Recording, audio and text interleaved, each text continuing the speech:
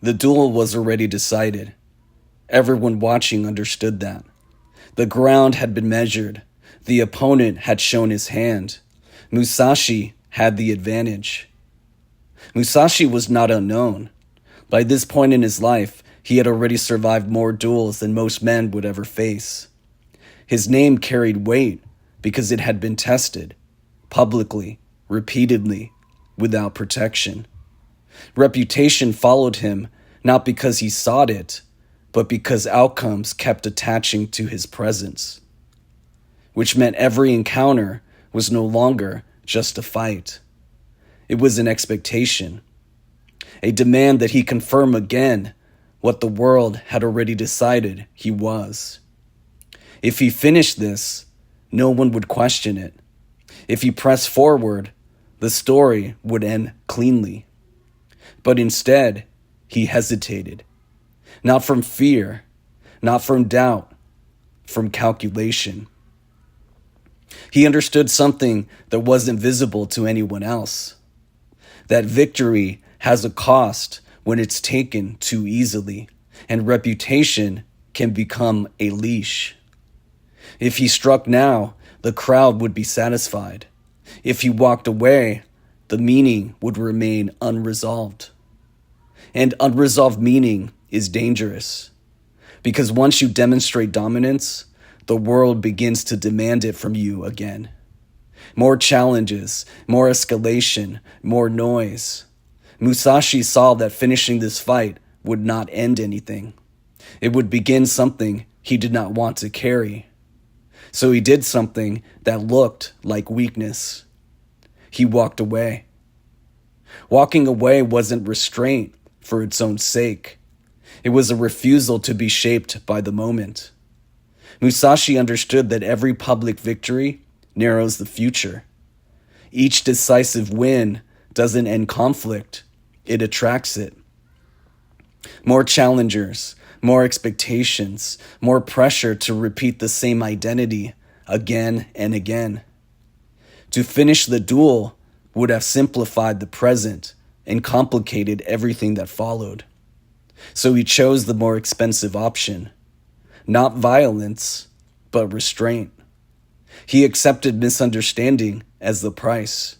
He accepted the possibility that the story would turn against him, that rumors would replace certainty, that doubt would fill the space where proof should have been.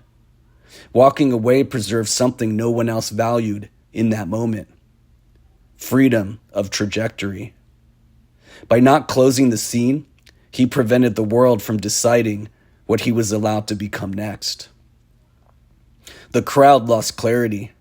Musashi kept options. The reaction came quickly. Not outrage, not applause, something colder. Confusion hardened into judgment. People filled the silence with their own explanations. Cowardice, arrogance, evasion. Each interpretation said more about the observer than about the man who left. Rivals spoke first. They needed the walkaway to mean something small, because if it meant restraint, it threatened the logic that governed their own ambitions. If victory could be refused, then pursuit was no longer mandatory. And that was dangerous. Supporters were quieter. They searched his face for reassurance that never came. A signal, a clarification, but Musashi gave them nothing. No correction, no defense, which made the absence heavier. Reputation, once exposed to public interpretation, begins to drift. Stories detach from facts. Facts detach from intent.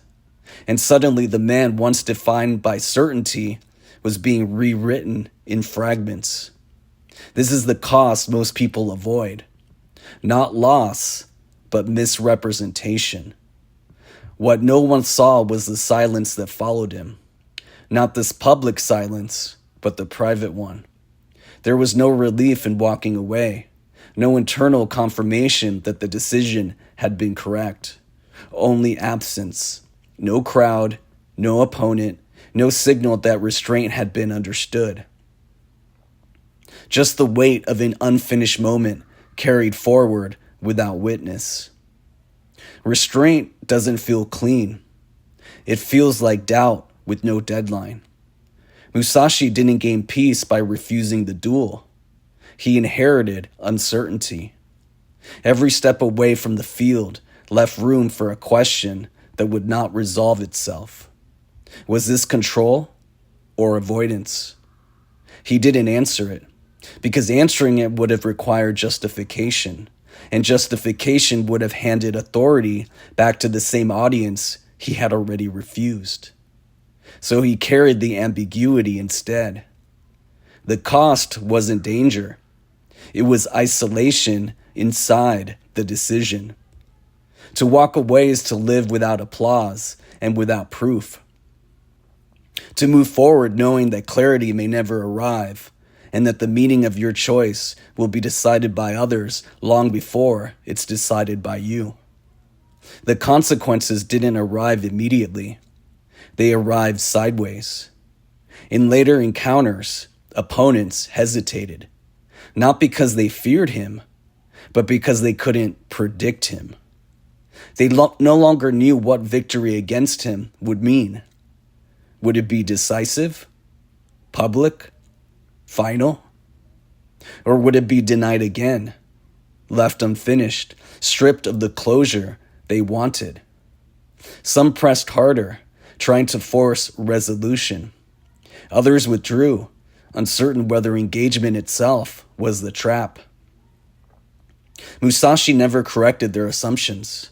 He let uncertainty follow him, which meant every future moment carried a residue of the first refusal. The walk away didn't end a duel. It altered the terrain. From that point forward, encounters were no longer contests of strength alone. They were contests of interpretation. What mattered wasn't who could win, but who could tolerate ambiguity longer. Musashi had already paid that cost once. He didn't need to pay it again. And whether that preserved his freedom or narrowed it beyond repair was never made clear. Not to them, and not to history.